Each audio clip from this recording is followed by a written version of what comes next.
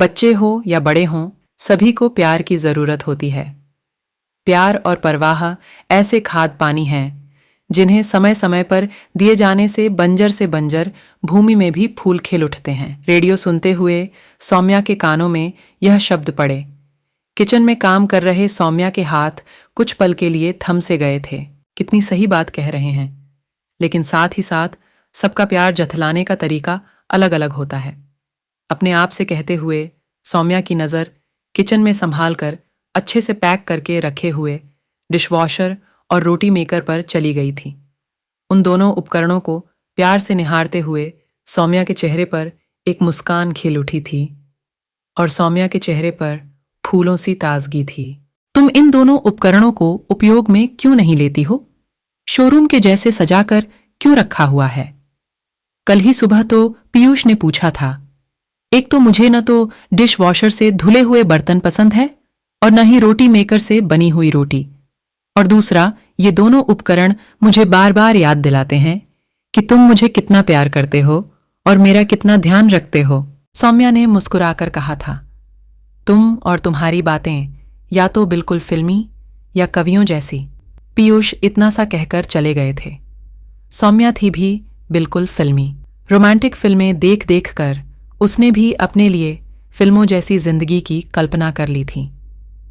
पीयूष एक सीधा साधा नौजवान था जिसे अपने भावनाओं को व्यक्त करना नहीं आता था। सौम्या और पीयूष की शादी हो गई थी। पीयूष एकदम सौम्या की कल्पनाओं के विपरीत था। वह फिल्मी हीरो जैसे न तो रोमांटिक बातें बना पाता था, न ही रोमांटिक डिनर जैसा कुछ प्लान कर पाता था। ऐसा कुछ भी नहीं करता था जिसे सौम्या सोशल मीडिया पर शेयर करके लोगों की वाहवाही लूट सकें। सौम्या कई बार अपनी मम्मी से कहती थी कि आपने इनमें ऐसा क्या देखा? मेरी कैसे लड़के से शादी कर दी? ये मुझसे जरा भी प्यार नहीं करते। बेटा, उसे वक्त दे। सभी का प्यार जताने का तरीका अलग अलग होता है। पीयूष बहुत ही समझदार और रिश्तों की कद्र करने वाला लड़का है। माँ उसे बार बार यही बात कहती थी। सौम्या मन ही मन कुढ़ती हुई पीयूष के साथ रह रही थी। जिंदगी अपनी रफ्तार से चल रही थी। इसी बीच एक दिन सौम्या के पेट में बहुत तेज दर्द हुआ। पीयूष फौरन उसे डॉक्टर के पास लेकर गए। सौम्या के गर्भाशय में एक गांठ थी जिसका ऑपरेशन करना जरूरी था। डॉक्टर ने ऑपरेशन कर दिया। सौम्या और पीयूष दोनों की ही मम्मी ज्यादा दिन उनके पास रह नहीं सकती थी। डॉक्टर ने सौम्या को बेड रेस्ट के लिए कह दिया था, अतः पीयूष को ही सौम्या की पूरी देखरेख करनी थी। सौम्या अपने घर का काम खुद ही करना पसंद करती थी, अतः उसके पास कोई घरेलू सहायिका भी नहीं थी। पीयूष सौम्या का बहुत अच्छे से ध्यान रख रहे थे। सौम्या थोड़ा बहुत घूम फिर सकती थी। पीयूष सब्जी आदि काट देते थे और सौम्या छौंक देती थी।